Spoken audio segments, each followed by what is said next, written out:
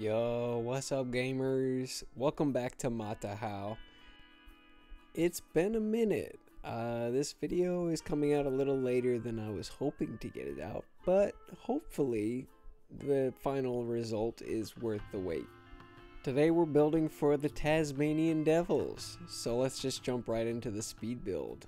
So you'll notice here that the brightness and exposure and everything is turned way up because you really just could not see what I was doing here.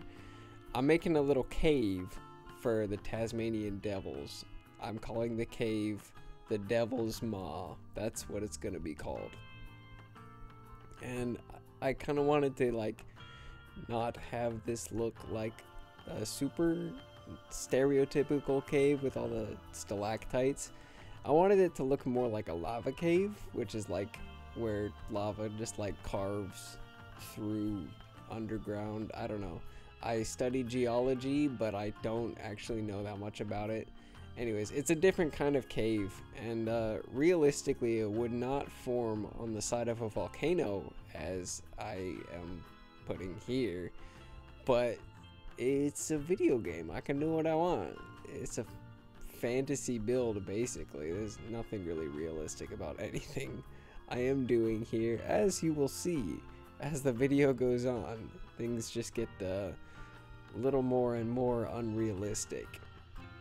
So this next part is my personal favorite part of this build, because it's something that I feel like I excel at in this game, and that's doing all the like foliage work.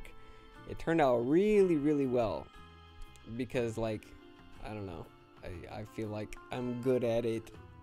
I'm not good at doing things like building buildings. It took me the same amount of time to do the foliage work for this build as it did to do all of like the building guest side of things. And you'll see at the end of the video, the foliage work looks much more detailed and in-depth and just better overall than the actual building stuff, because I'm just not that good at making buildings in Planet Zoo. I'm like kind of mid at it, and it's kind of my fault because I don't really practice. But yeah, they always say practice makes perfect, but I'm just not. That's not me. That's not how I roll. I just kind of do stuff, which is why I feel like foliage works really well for me, because you can just kind of start like placing stuff super randomly, but like it's not 100% random. There's like a method to my madness here. The one issue with all the foliage work is that it makes it kind of difficult to see the Tasmanian Devils. I didn't realize how tiny these guys were going to be. I was planning on making like a much larger cave, but that just wasn't gonna work out because like they're like microscopic when you build a big habitat for them. The cave was gonna be like super big and open, and it was also gonna like slope down from the viewing area. But when I realized how just itty bitty the Tasmanian Devils were, I had to shrink the habitat a ton, and then I also actually elevated the habitat so that it's like higher up than the viewing area, and I also had it sloped upwards so that you'll be able to see all of the floor space in the habitat. Hypothetically, you would be able to see it all if I didn't cover it all with plants. But yeah, it just makes it so that you can see everywhere where the Tasmanian Devils could go. And that's actually a principle that can apply in building zoos. That's actually a very important principle, is being able to see the animals. That's kind of the point of a zoo. So even though I'm building something entirely fantastical and unrealistic, I still tried to use like zoo building principles, because I want to make it look good, and that's kind of a big thing for zoos. And especially in this game, we like making things look good in Planet Zoo. That's kind of the point of building stuff.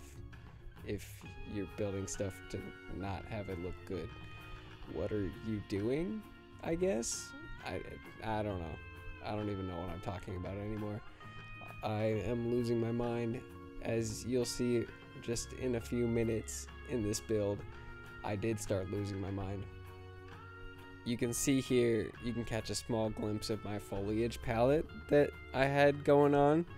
And that's definitely an important thing when you're doing foliage work in this game. Like when I first started, I was just kind of like throwing plants around in the habitat, and I was like, yeah, this looks good. And really, it didn't look that good.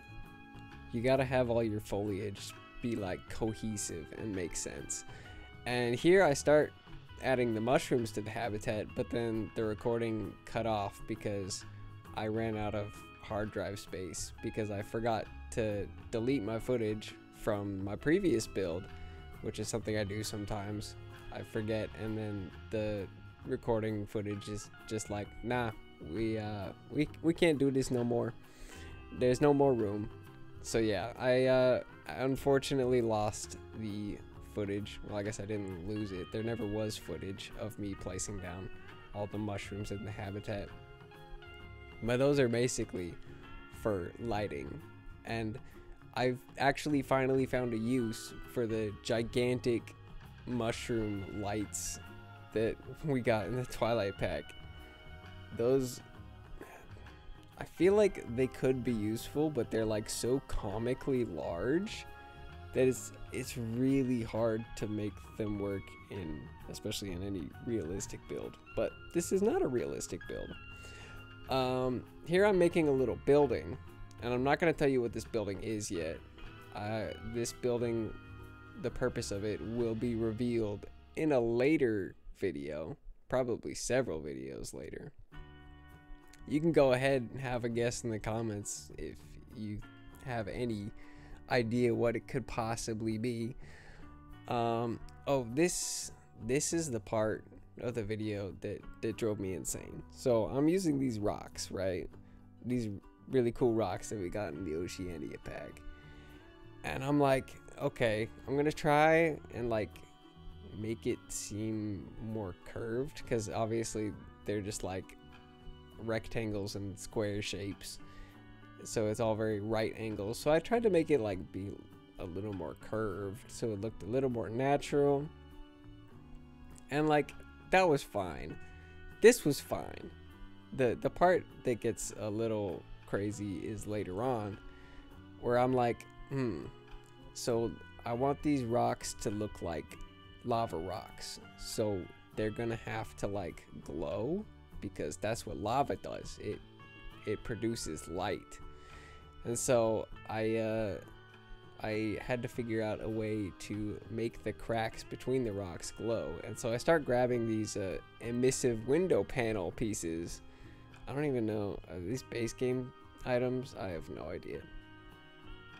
Or what DLC they might have come in, or update, or they're probably base game. I don't know what update these would have, or DLC these would have come in. But like, this took me way too long to do, and I kept messing up, because if you change an object's flexi color, I was changing it to an orange, right? I didn't want the light to be yellow, I wanted it to be orange to look more like lava, I guess. And so if you change an object's flexi color, then it'll stay that way when you keep placing more and more of them. And you can even switch to like other items. So I'm switching between different sizes of the same item, and so the flexi color was staying the same between them. But then I would click escape so that I was no longer placing down that item. Then I would try to place it again, but then the flexi color was reset to the original, and then it just it drove me mad. This whole thing drove me mad, and it took me so long. Like this part of the build, like I said earlier, took me the same amount of time as all the foliage work, and it was just like a small building and a little pile of rocks that took me the same amount of time as everything over there. So yeah, I went insane. I need to go to an asylum. If you see me out on the street, call the cops. But I'm just gonna end the speed build here, because it's just more of the same. And I'll just throw you over to the real-time bits. Alright, so the Devil's Maw is a bit of a hike up the volcano. Obviously there is more work that needs to be done with, you know, some of the foliage work and stuff. And also, I use the Oceanian path texture because I like the fences, but also you get this when you're not using the stairs. The stairs look okay, but then you have like this random rock and sand part, so I have to cover this up with something. I don't know. I haven't figured that part out yet. But you keep going up and up and up, and you get a great view of everything that's completed and not the things that aren't completed. You don't look that way. You just keep going up and up and up and up the stairs, all the way until you make it to the Devil's Maw. This specifically is what is the Devil's Maw. You can't really see the Tasmanian devils, to be honest, but it's like, whatever. Just look at the scenery. Also, I'm in pause mode. I didn't even realize. Look at the scenery. You can listen to the Tasmanian devils, and if you're extra lucky, you might see one. But yeah, this all looks cool and stuff. And this is like kind of cool. This is gonna be a thing later on, but it's not gonna be a thing yet. I'm not gonna work on that right now. But when this really shines is at night, because then, well, there's this, which I spent way too long, and it was very frustrating. But then you look at here and you're like, whoa, this looks crazy. Because it does. I'm really, really happy with how all this foliage work and the mushrooms. Oh my gosh, I love this so much. Oh, you can kind of see the Tasmanian devils running around. But yeah, this is the whole thing, really. It took me... hang on. What was that sound? I don't know what that sound was. It was the sound of like placing items, but nothing happened. I don't know. Weird. Maybe I'm losing my mind. I think I am. I should probably stop recording and go to bed. So anyways, if you like this video, if you like the build, you think it's cool, drop a like, subscribe. There's the sound again. What is that sound? I don't know. I'm tripping. Yeah, like, comment, subscribe, share, whatever. And I'll see you in the next one. Bye.